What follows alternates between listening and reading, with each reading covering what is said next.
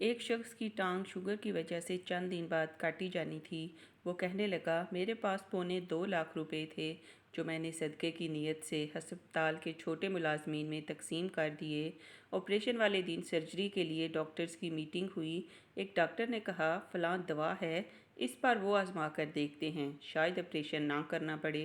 Medical board اس رائے سے متفق نہیں تھا۔ اس ڈاکٹر نے کہا، کوئی بات نہیں، آزما لیتے ہیں۔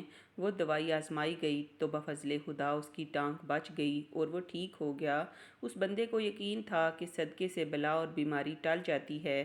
جس طرح ڈاکٹر بیماری کی شدت کے مطابق دوائی کی مقدار دیتا ہے، اسی طرح بیماری کی شدت کے مطابق صدقہ بھی اتنا بڑا دینا چاہیے۔ لیکن جب صدقے کا معاملہ آتا ہے تو ایک مریل سی مرغی یا مریل سا صدقے والا بکرا یا 10، 50 یا 100 روپے دے کر کہتے ہیں، ہم نے صدقہ کر دیا۔